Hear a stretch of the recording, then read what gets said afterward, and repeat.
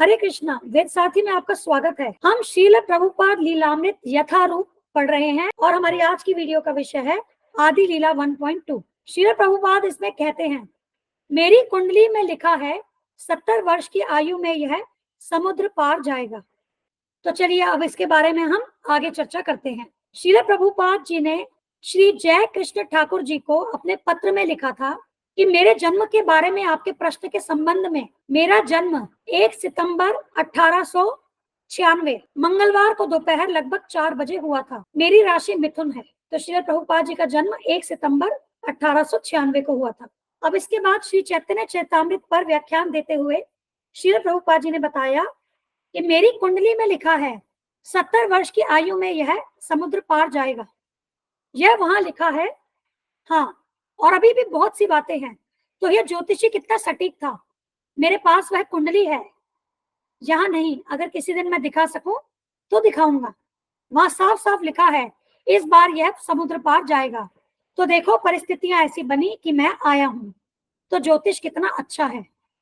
तो यहाँ पर श्रील प्रभुपाद जी बता रहे हैं कि जब उनका जन्म हुआ था तो एक ज्योतिषी ने कितनी सटीक भविष्यवाणी की थी कि 70 वर्ष की आयु में श्रील प्रभुपाद समुद्र पार जाएंगे। तो ज्योतिष एक अच्छा विज्ञान है और जो उसकी भविष्यवाणी थी वास्तव में वह संभव भी हुई।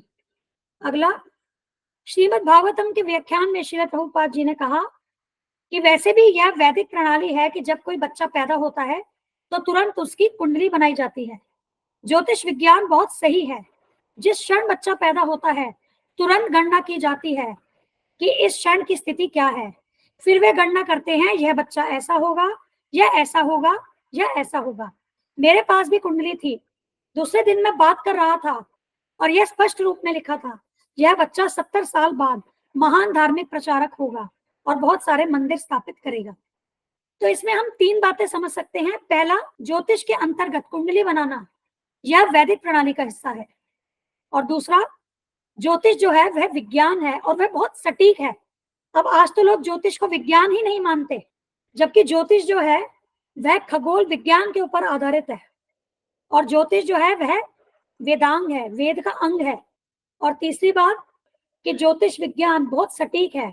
यदि कोई ज्योतिषी जो इस ज्ञान में निपुण है वह सटीक भविष्यवाणी कर सकता है, जैसा हमने देखा श्रील प्रभुपाद जी के विषय में। 70 वर्ष पहले ही जब श्रील प्रभुपाद ने जन्म लिया था तभी ज्योतिषी ने सटीक भविष्यवाणी की थी और हम देख रहे हैं कि वह संभव भी हुआ। आगे श्रील प्रभुपाद कहते हैं, हाँ यह ज्योतिष है।